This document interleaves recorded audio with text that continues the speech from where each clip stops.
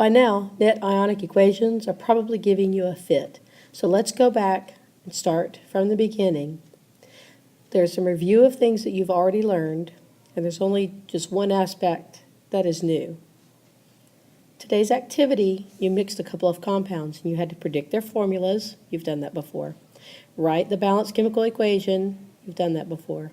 And now we're breaking it down into the net ion equation. As you'll recall, the periodic table is arranged so that there's a pattern of oxidation numbers, charges that an ion will take on when it tries to reach the perfect octet state. So family 1, a charge of +1. Family 2, a charge of +2, and so on. You'll need to determine the charge of ions when considering what the products will be in the chemical reaction. So use this template and figure out where the element is and what its charge is, because that will affect what compound it forms. You also have at your disposal, in the chemistry stuff folder in Edmodo, the green polyatomic ion sheet, which lists the more common polyatomic ions. Sometimes there are variations based on the number of oxygen, but we've learned how to change the names from 8 to ite and so forth. The charges remain consistent. There's also the way to use the periodic table to predict some of these. That's the reminder here on the right, where it shows that all halogen polyatomic ions will have a charge of -1, just like the ions of the halogens will have a charge of -1, and so forth. And the other resource you need to refamiliarize yourself with is the solubility table, which is where we determine what state our products will be in a double displacement reaction. Remember, soluble products are aqueous, and insoluble products are solid precipitates. So you look at the second part of a compound. Let's say you have lead nitrate, lead 2 nitrate. According to the solubility table, nitrates, here, the first one, all nitrates, chlorates, and acetate salts, are soluble. So then we will be able to identify that this product will be aqueous. However, if we had something like lead 2 iodide, we find it on this chart. Iodine is one of the halogens, which you should know by now.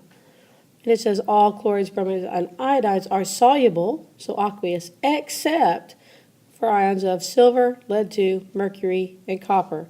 Well, this is lead 2, so therefore we would know that this would be a solid precipitate for forming in the reaction. This is the sample problem that I worked in class. I'm going to work it again to show you the steps you need to take. First, we have to predict the products. Remember, each of these two reactants can be broken down into ions.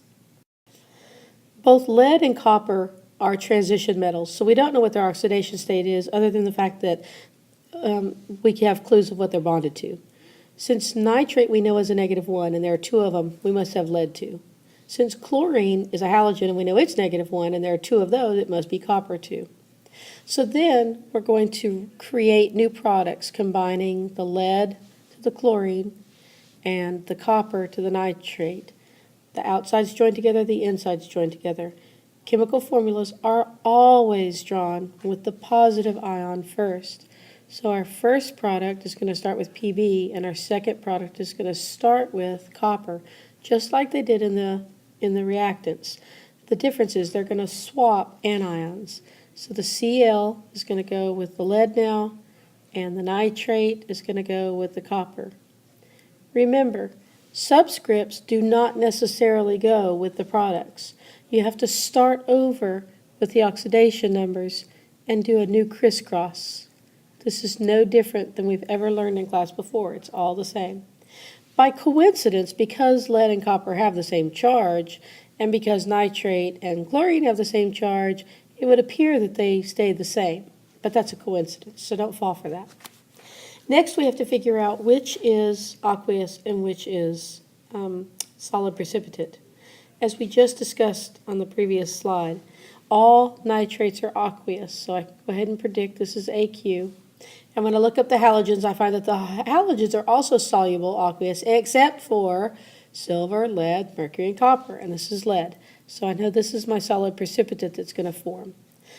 Now to write the net ion equation, we're going to break down each one into its individual ions. Oh, by the way, I guess we need to balance the equation. In this particular case, it's already balanced. Okay, so we're going to break down into lead with a +2. There are 2 nitrates that have a -1 each. No, that was sloppy. Let's see if I can fix that. Better, okay. There's a copper, and then there are 2 chlorines. Now, let's make sure we take care of all of the details. Each of these is aqueous,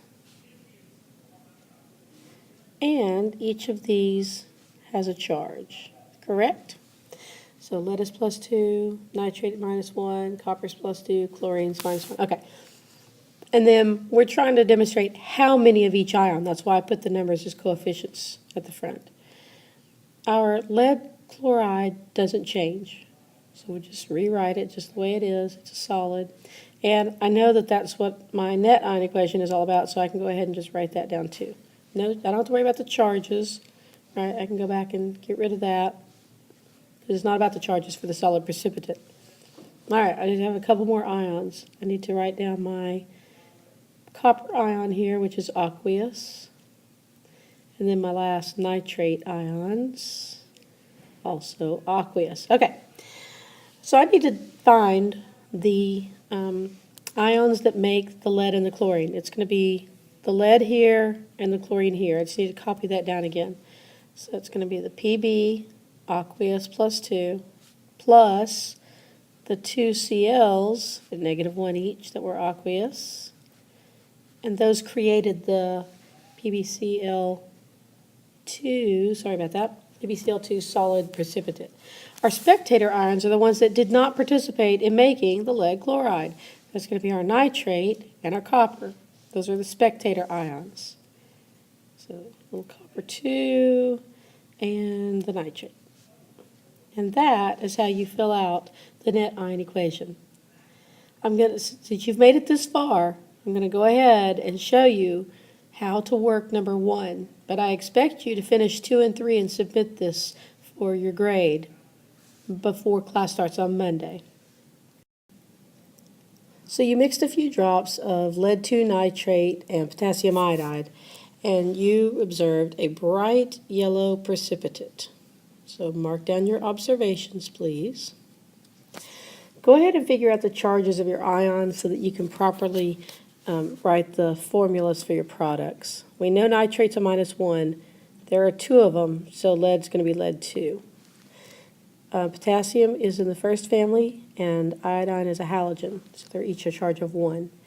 We're going to rewrite new products. So one's going to start with lead, and one's going to start with potassium. Those 2 swap places. Remember, we're going to combine inside and outside. So, lead will get iodine. It's still lead-2 and iodine still 1, so it'll take 2 of those. We're going to do some crisscross, right? If I put the charges there and I crisscross them, 1 goes to the lead, 2 goes to the iodine. And potassium gets the nitrate. And potassium is +1, nitrate's -1. They're the same number, so they get 1 of each. Now I've got to figure out which one is the solid precipitate. So I read on the solubility table, and it tells me that all nitrates are soluble. So I put AQ, because that means soluble. It's dissolved in water. And all halogens are soluble except with silver, lead, mercury, and copper. So I know that this is my solid precipitate. That is the compound that is yellow in that solution. So that will stay the same. And so I'll write that down because it's not going anywhere. I don't do the charges. I don't split it up. I just rewrite it just like it is. Now I need to split up all the ions so I can find the ones that made the lead iodide. So let's start at the beginning. Oh, I forgot to balance the equation. You didn't remind me. Here we go. I need 2 iodines on both sides. So now I have 2 iodines. That makes 2 potassium. So I go to the right and I make 2 potassium. That also gives me 2 nitrates. I go back to the very beginning. Nitrate already has 2. There's one lead on each side, it's balanced. Okay, now we can do our net ion equation. So I've got lead, which is +2. There are 2 nitrates, which are -1 each. Remember, this is an overall ionic equation, so you have to show the charges of the ions. And then 2 of the iodine. It's -1. And each of these is, guess what? Aqueous. It just takes a second. Just go fill them all in for all of them. Doesn't have to be neat. It just has to be there, right? Okay. We know that that's our solid precipitate. We anticipated that. And then finally we end with 2 potassium ions and 2 nitrate ions. All of these are aqueous. Our net ion equation then is going to be the lead ion and the iodine ion. So we've got lead +2 aqueous plus 2 iodine ions that were aqueous to create a formula that contains 1 lead and, I left that off again, 2 iodines. Ta-da! Net ion equation. The spectator ions are the ones that did not contribute to forming the solid precipitate. They stayed the same. That's the nitrate and the potassium. They were identical on both the left and the right. They cancel each other out. So those are the infamous spectator ions, because they didn't do anything. They just took up space, right? All right. If you'll screenshot this. This is the solution to the first one. And just like this, I want you to do that exact same process on the other 2. And I want you to submit this for a grade. Thank you. Have a lovely weekend.